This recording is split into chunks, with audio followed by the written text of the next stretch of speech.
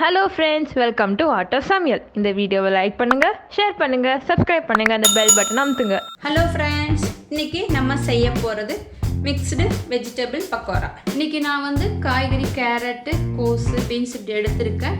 நம்ம வீட்டில் என்ன காய் இருக்கோ கொஞ்சம் கொஞ்சம் போட்டால் போதும். கேரட் போடலாம், பீன்ஸ் போடலாம், உருளைக்கிழங்கு, பீட்ரூட் விருப்பம் இருந்தால் பீட்ரூட் போடலாம், கத்திரிக்காய் போடலாம். எந்த காய் இருக்கோ நம்ம கிட்ட அதை வச்சு பண்றது தான் இந்த மிக்ஸ்டு வெஜிடபிள் பக்கோடா. இந்த மிக்ஸ்டு வெஜிடபிள் பக்கோரா செய்ய தேவையான பொருட்கள் என்னன்னு பார்க்கலாம். முட்டைக்கோஸ் 1 கப்பு நீலவாக்கில் கட் பண்ணியிருக்கு, உருளைக்கிழங்கு 1 கப் நீலவாக்கில் கட் பண்ணியிருக்கு, கடலை மாவு 1 கப், வெங்காயம் 1 நீலவாக்கில் கட் பண்ணியிருக்கு, பச்சை மிளகாய் 2 பொடியா கட் பண்ணியிருக்கேன், சோம்பு 1 டீஸ்பூன், கேரட் 1 நீலவாக்கில் கட் பண்ணியிருக்கு, பீன்ஸ் 5 நீலவாக்கில் கட் பண்ணியிருக்கு, கார்ன்ஃப்ளவர் மாவு 1 டேபிள் ஸ்பூன், அரிசி மாவு 1 டேபிள் ஸ்பூன், உப்பு தேவையான அளவு, மிளகாத்தூள் 1 டீஸ்பூன், மல்லி சிறிதளவு, இஞ்சி பூண்டு பேஸ்ட் 1/2 டீஸ்பூன். இப்போ ஃபர்ஸ்ட் நம்ம என்ன பண்ணோம், இந்த எல்லா வெஜிடபிளையும் மிளகாத்தூள் இஞ்சி பூண்டு போட்டு நம்ம மிக்ஸ் பண்ணோம். அதுக்கு ரெடி பண்ணலாம். ஒரு பவுல் எடுத்துக்கலாம்.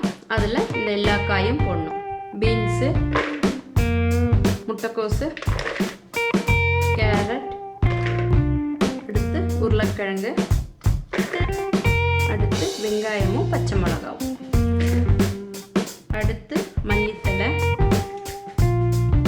அடுத்து பெருஞ்சீரகம், மிளகாத்தூள், உப்பு தேவையான அளவு, அடுத்து இஞ்சி பூண்டு பேஸ்ட்.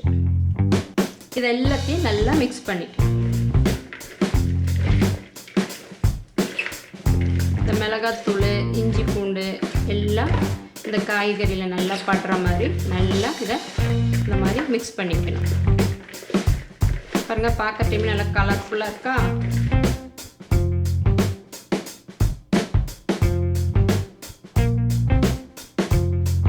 இப்போ நல்லா மிக்ஸ் பண்ணியாச்சு. இனி அடுத்து நம்ம மாவெல்லாம் போடலாம். அடுத்து கடலை மாவு, அரிசி மாவு, அடுத்து கார்ன்ஃப்ளவர்.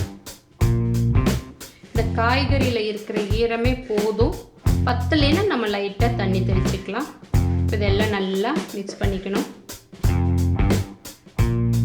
இதுக்கு வந்து நான் மாவு அளவு வந்து 1 கப்பு கடலை மாவுனா 1 டேபிள் ஸ்பூன், அரிசி மாவு 1 டேபிள் ஸ்பூன், கார்ன்ஃப்ளவர் மாவு சொல்லியிருக்கு. காய்கறிகளை மேலே ஒரு கோட்டிங் மாதிரி ஒட்டணும் அந்த அளவுக்கு. இப்போ நம்மக்கிட்ட காய் கம்மியாக இருந்துச்சுன்னா அதுக்கு தகுந்த மாதிரி நம்ம மாவு போட்டுக்கலாம். பச்சை மிளகாய் வேண்டான்னா மிளகாத்தூள் போட்டுக்கலாம். காரம் நமக்கு எப்படி வேணும் அவங்கவுங்களுக்கு தகுந்த மாதிரி போட்டுக்கலாம். இது எல்லா காய்கறியிலையும் நல்லா ஒட்டிக்கிச்சு இந்த கோட்டிங். இப்போ இதுக்கு ஈரப்பதம் கம்மியாக இருக்குது பாருங்கள், லைட்டாக நம்ம தண்ணி தெளிச்சுக்கலாம்.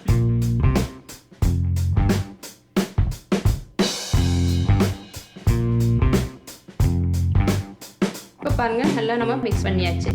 இந்த மாதிரி உதிரியாக இருக்கணும். அப்படி உங்களுக்கு ஈரம் தெரிஞ்சுன்னா லைட்டாக அரிசி மாவு போட்டுக்கோங்க. இப்போ இது நம்ம பொரிக்கிறதுக்கு ரெடி பண்ணலாம். இப்போ பொரிக்கிறதுக்கு நம்ம ஒரு வானல் எடுத்து வச்சுட்டோம், அடுப்பத்தை வச்சுட்டோம். இப்போ வானல் நல்லா சூடாயிடுச்சு. நம்ம பொரிக்கிறதுக்கு தேவையான அளவு எண்ணெய் ஊற்றிடலாம். இப்போ எண்ணெய் நல்லா சூடாகட்டும். இப்போ எண்ணெய் நல்லா சூடாயிடுச்சு. நம்ம கொஞ்சம் கொஞ்சமாக உதிர்த்து விட்ட மாதிரி போடலாம்.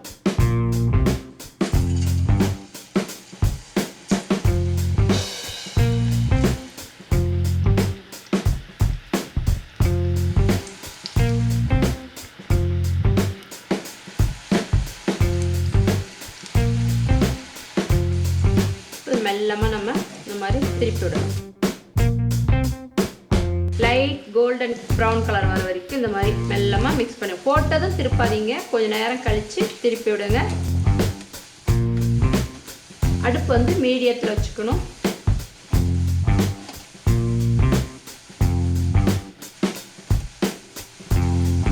இப்போ இது ரெடி ஆகிடுச்சு. நம்ம இதை எடுத்துடலாம்.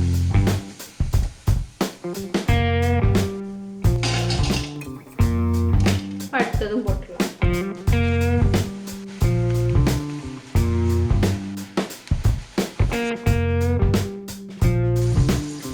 இப்போ மெல்லமா அந்த சைட் திருப்பி விடலாம்.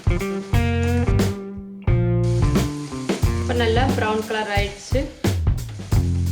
இதை நம்ம எடுத்துடலாம்.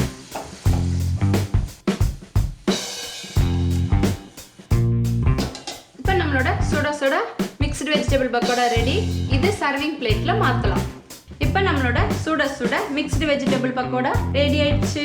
இது ஈஸியாக பண்ணக்கூடியது. இதுக்கு வந்து நம்ம மின்ட் சட்னியோ இல்லைன்னா கெச்சப் வச்சு சாப்பிடலாம். டீயோட இந்த மிக்ஸ்டு வெஜிடபிள் பக்கோடா வச்சு சாப்பிட்டீங்கன்னா சூப்பராக இருக்கும். நீங்களும் இந்த மாதிரி செஞ்சு பார்த்து சாப்பிட்டுட்டு உங்களோட கமெண்ட்டை